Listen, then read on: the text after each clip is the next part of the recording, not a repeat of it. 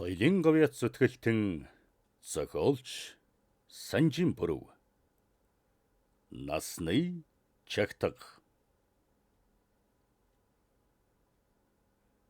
Айлууд нүүдэл суудлах хийж бужигнцгаах нь хавар цагийн төрх.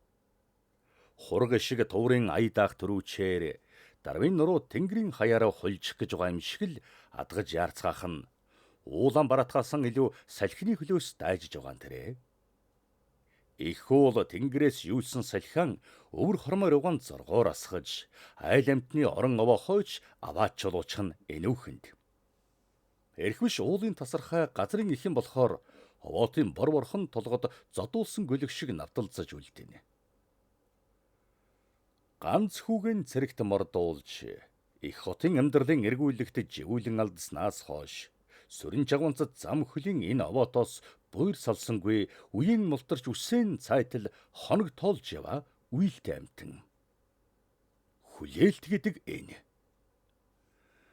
Хаврын хаварт айл аймгийнх нь ачаалахтан сүрэн жагунцахыг авч явах гэж арга чаргаан барах боловч буруу ишилсэн сүх шиг зөрүүд тэрх өгшин тас зөрсөөр хар нутаг сахиж үлдэнэ.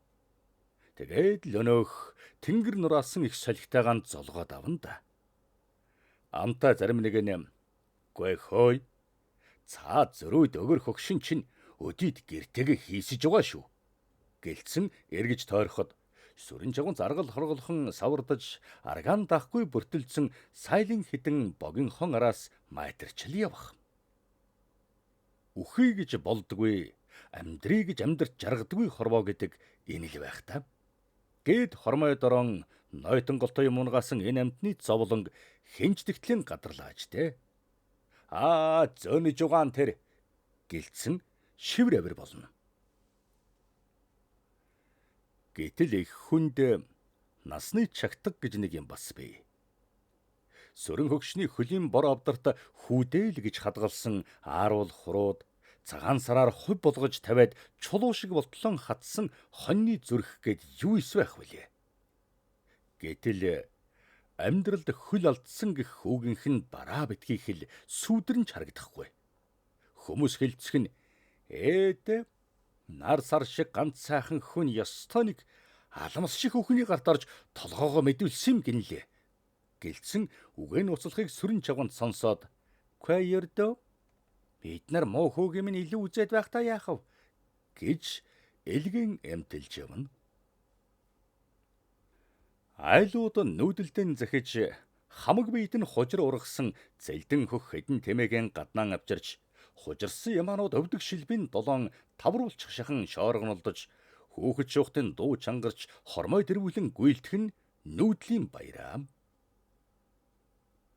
Энэ хэдэн айлан ахалж захалдаг нь болох дашвал гэж дэвхэрч болсон шалмгай хөрөнгөөр сүрэн хөгшнийд бузгай албархуу морилж "За жуужа. Энэ жил одоо бидэнтэйгээ хамт нөөх юм байгаа биз дээ. Ачлага унлага аваад ирсэн шүү дээ. Манайхны очиж явах майхны их гэдэг чи ёстой л нэг торго шиг ирээлж байна гинэ. За тэгээд чи Орсын шибрийн их солих гэж замдаа таарсныг буулгаж шидсэн айхтар их солих айсуу ява юм байх. Өнөө өглөө араач мартаа гэж хэллээ" гэвэл сүрэн хөгшин галаан төнкөж аргалын цаг улалзуулан үлээх зураан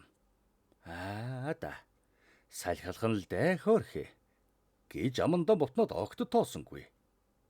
Дашвалын урам хугарч "Жуужаа минь дээ, жуужаа минь. Сум орноос таныг биш биднийг муу хилээд байна шүү дээ. 80 гарсан жагунцыг хаяандан аваад явж чадахгүй хар нутаг сахиуллаа гэж цаан чин амттай болго ярьж байна шүү дээ" гэж сүрдүүлж нэг үзлээ. Сүрэн хөгшин бөгшүүлэх хөхөрхийн аль нь мэддэхгүй чимээлэн "Майдар даргуу тэрч хөөрхий сүрхийлдэ" гэж ирээд бүр баярлах янзтай. Дашвал цохирч "Ёстой нэг янзын жагунц юм да" гэхээс өөрийг бодож амжсангүй. Ийм зөнөгтэй ч одоо юугаан чирхэвд.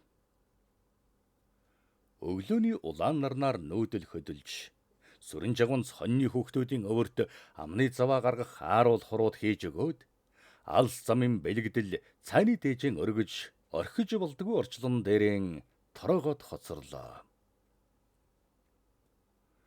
Нүүдлийн сүүлчийн тэмээрий тавхаа далдраагүй шахан байхад салхины төрөж урсаад ирлээ. Уул нүүлгэх шахаж байна. Сүрэн жагунц чагтганаасаа домботоо ус дүүжилэн домноод өрхөн битүүлж авлаа. За байзуу.